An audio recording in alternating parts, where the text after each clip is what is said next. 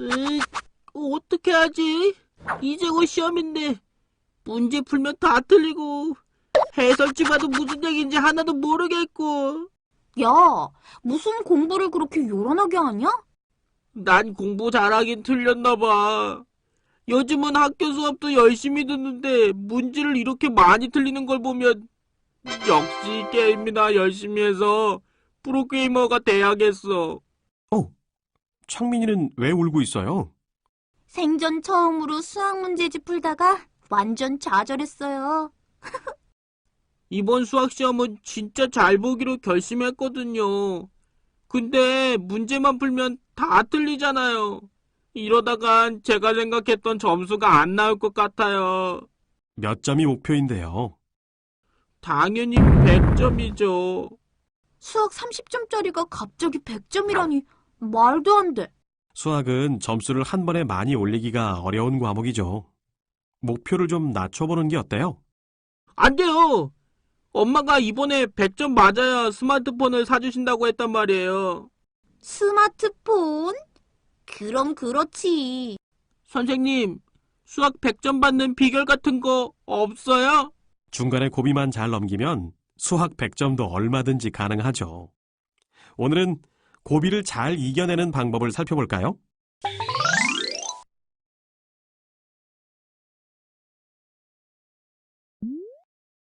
오늘은 공부 로드맵과 공부 트레이닝에 대해 알아볼 거예요. 학습 목표를 확인해 보세요.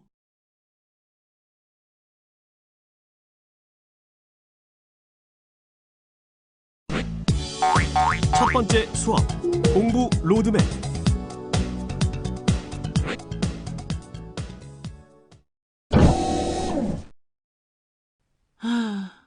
모처럼 공부 좀 해보겠다고 결심했는데 왜 이렇게 금방 안 되는 걸까요?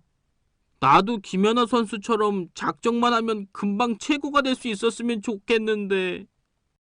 김연아 선수가 금방 최고가 됐다고 생각해요? 아닌데. 연아 선수가 피겨를 시작한 건 7살 때였지만 올림픽에서 세계 신기록을 세운 건 21살. 최고라는 타이틀을 얻는데 무려 14년이나 걸렸는데요. 그래요? 하지만 모차르트는 처음부터 음악의 천재였잖아요. 그러니까 작정만 하면 최고의 음악을 만들었겠죠? 에휴, 나는 왜 그렇게 안 되지?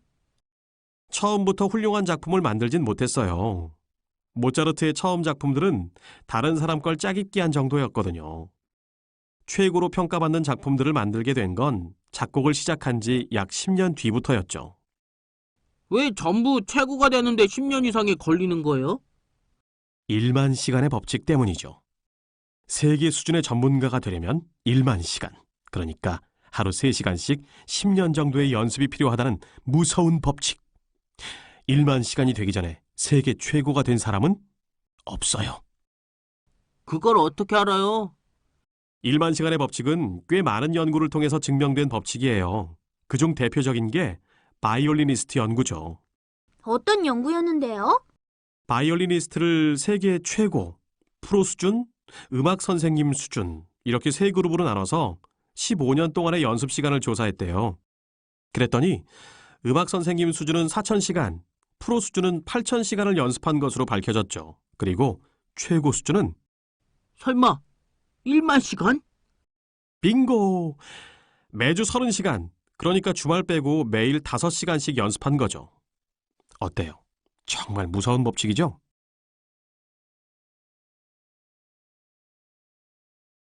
그러니까 창민이도 100점을 받으려면 수학 공부에 투자한 시간이 좀 더 쌓여야 해요.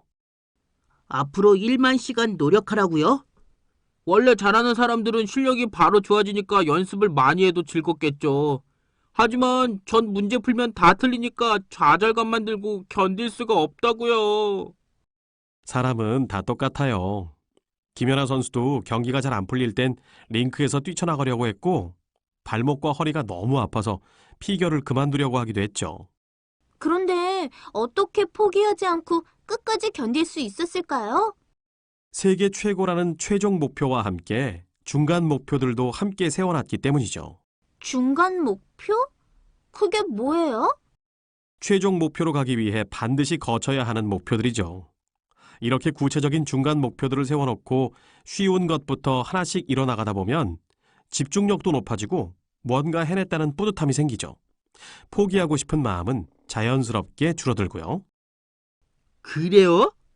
그럼 저도 중간 목표를 정해볼래요. 어떻게 하면 돼요? 궁금해할 줄 알고 여러분을 위해 준비한 게 있죠. 짜잔! 지금부터 고3까지의 목표가 한눈에 보이는 공부 로드맵을 만들어 봅시다. 일단 공부 로드맵 왼쪽 위를 보세요. 그리고 여러분의 최종 목표를 적어보세요. 이번엔 최종 목표를 이루기 위해 꼭 집중해야 할 과목을 적으세요. 이번에는 고3이라고 쓰여져 있는 칸에 최종 목표를 옮겨 적으세요.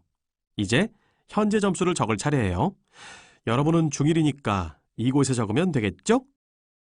지금 점수는 말하기 창피한데 꼭 써야 돼요?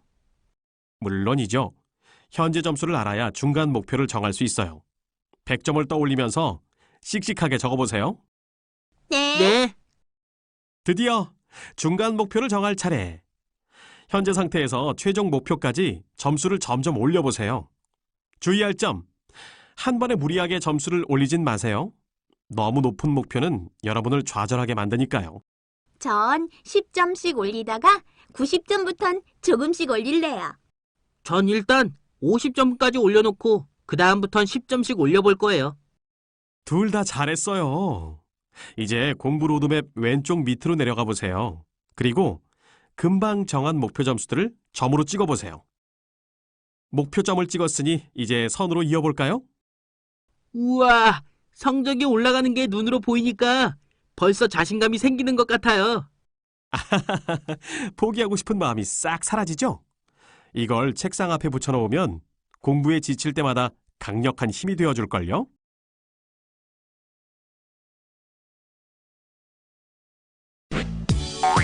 두 번째 수업, 공부 트레이닝.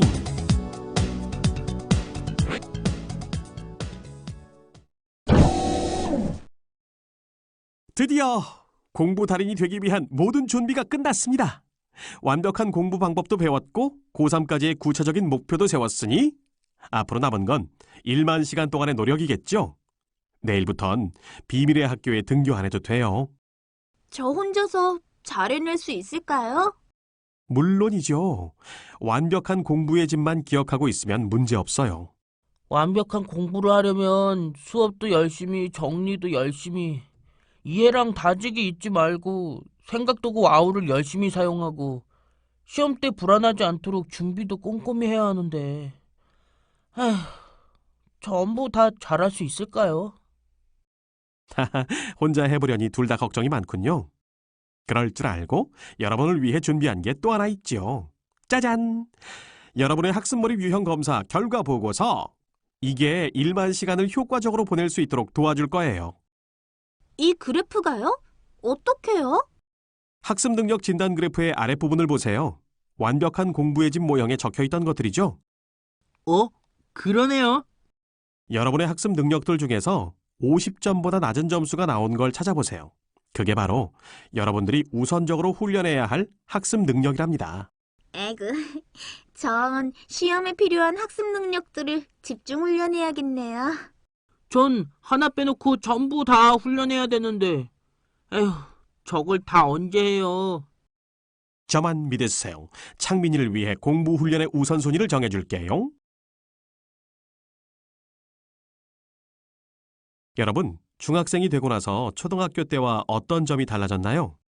수업 시간이 길어지고 학원도 많이 다녀서 저 혼자 공부할 수 있는 시간이 별로 없어요. 그럴 거예요. 앞으로 학년이 올라갈수록 공부 양은 점점 많아질 거고요. 그래서 중학생이 되자마자 가장 먼저 훈련해야 하는 건 계획관리 능력이랍니다. 주어진 시간에 맞게 공부 계획을 세우고 그대로 실천하는 능력이죠.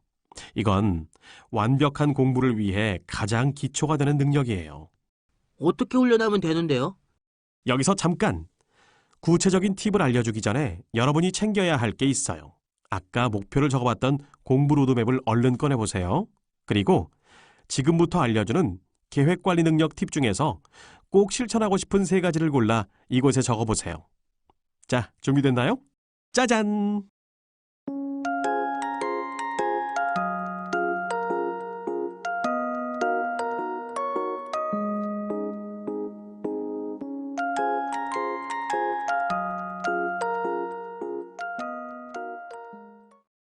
계획관리 능력과 함께 훈련해야 할 능력이 있어요. 뭔데요?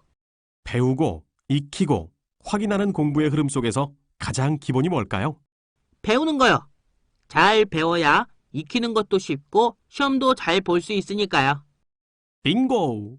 그러니까 수업 들을 때 필요한 능력은 가능하면 빨리 훈련해 두는 게 좋죠. 자, 이번에도 공부 로드맵을 꺼내놓고 수업 참여 기술과 정리 능력 팁 중에서 꼭 필요한 3가지를 골라 이곳에 적어보세요. 준비됐나요? 짜잔!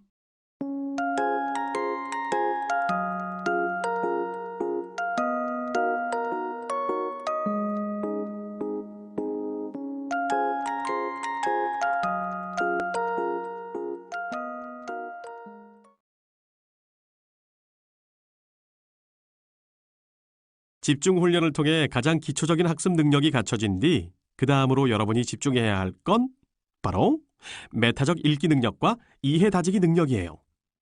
학교에서 배운 걸 직접 익힐 때 꼭 필요한 아주 중요한 학습 능력이죠. 이 능력들은 중3이 되기 전에 꼭 갖춰 놓으세요. 왜요? 중학교 3년 동안 배우는 개념들은 쭉 연결돼 있고 난이도는 점점 어려워지기 때문이죠.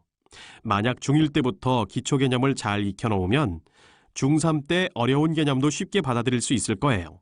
하지만 이해 다지기와 메타적 읽기 능력이 부족해서 중1, 중2 개념을 제대로 익히지 못했다면 중3 공부할 때 큰 어려움을 겪게 되죠. 그래요? 그렇다면 얼른 훈련 방법을 알려주세요. 자, 이번에도 공부 로드맵을 꺼내놓고 메타적 읽기 능력과 이해 다지기 능력 팁 중에서 꼭 필요한 3가지를 골라 이곳에 적어보세요. 준비됐나요? 짜잔!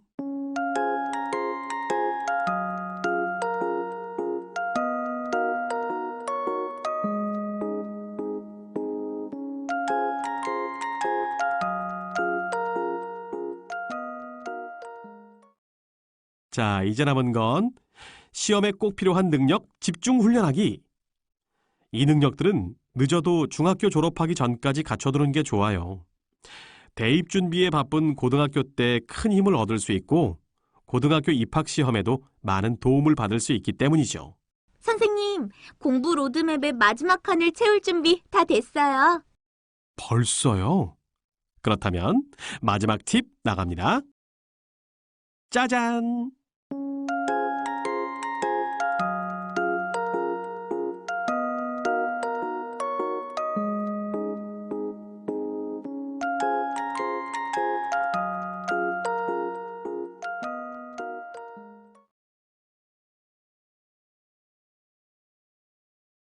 드디어 여러분과의 마지막 수업도 끝이 났군요. 소감 한마디씩 부탁해요. 전요.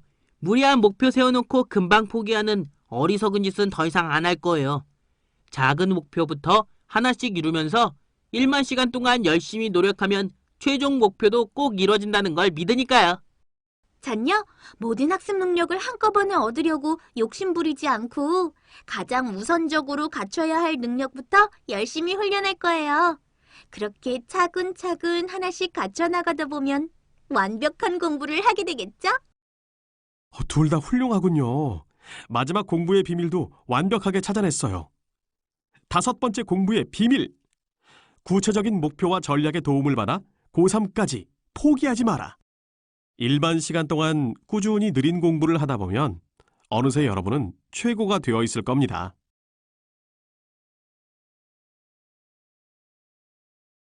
오늘 배운 내용을 다시 한번 정리해 볼까요?